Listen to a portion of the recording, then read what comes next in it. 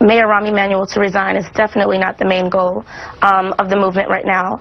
So in Chicago, police receive 40% of our city's budget to remain operational. That is completely unheard of and unacceptable.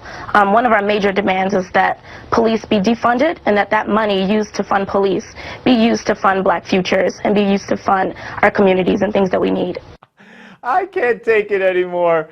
And they put these people on like they know what the heck they're talking about. Joining us now is Jesse Lee Peterson, Reverend Peterson, of course, president of Bond, Brotherhood Organization of a New Destiny, and syndicated radio host and author of The Antidote, Healing America from the Poison of Hate, Blame, and Victimhood. Reverend, that was the head of something called the Black Youth Project in Chicago, demanding, one of their demands, mind you, is that the police be defunded and that the money be used to help Black lives. What the hell does that even mean? Nothing. You know, it's so amazing. They have no shame about begging and trying to take away from white Americans rather than earning their own way. And these people have seen this go on for the last 50 years or so, started with the so-called civil rights movement, Jesse Jackson and others. And white America allowed them to intimidate them, call them racist, and take money and power away from white Americans. And so generation after generation are starting to do that. You're right. It makes absolutely no sense as to what they're talking about. But if they can intimidate white folks and get money and power, that's all that they care about. This would not do anything to enhance Black lives. And defund the police. Can you imagine anywhere, but let's talk about Chicago, which is, you know, it's the wild, wild west with gang shootings every weekend and every day. Could you imagine Chicago without police? I know. Look what's happening in South Central LA. It's happening in Ferguson. A lot of the police officers are afraid to go into those communities, especially the white ones, because they don't want their lives destroyed. They don't want to be killed. They don't want their careers destroyed. So they're not showing up. And as a result of not showing up, crime is going through the roof already. And so if they defund the police department, it's over for the inner city.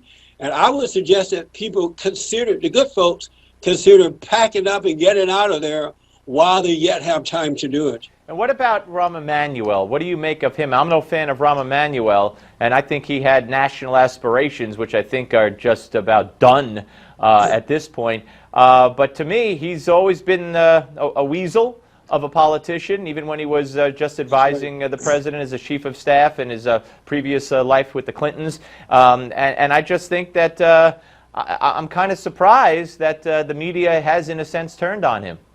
I am too, especially he is a friend of Barack Obama. He held that videotape off of McDonald for the young Black thug that was killed by the white officer. He held that video for about a year until after his election.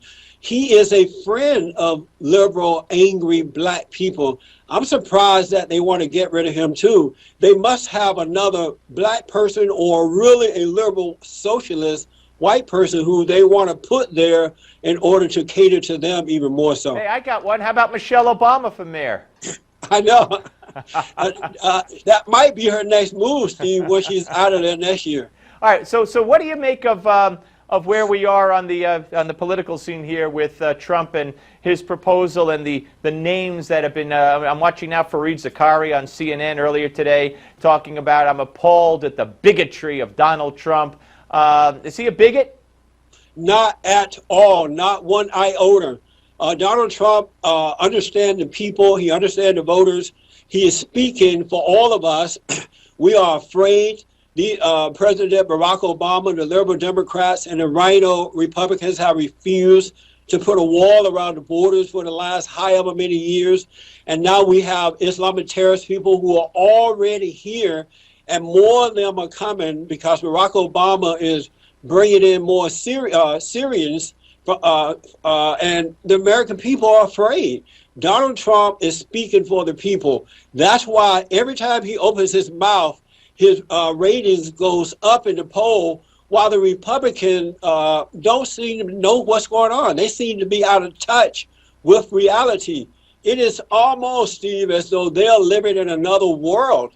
every time Jeb Bush or any of those Cruz, well, not Cruz, but the guy from Florida, Rubio, every time they open their mouth, they irritate me. It make me want to go for Trump over any of them because they have not changed their tune. I believe they're catering to the Muslims because they want the votes as well as the Democrats. I don't think they care about our safety. Donald Trump is not a racist. He's doing what's best for the country. Reverend, great to talk to you. Have a great weekend. If I don't speak to you, have a Merry Christmas, sir. You too, my friend. God bless you. All right, take care. Up next, folks, Pulitzer Prize winner as a writer, of course, John Meacham will weigh in on his new work on George H.W. Bush and Donald Trump.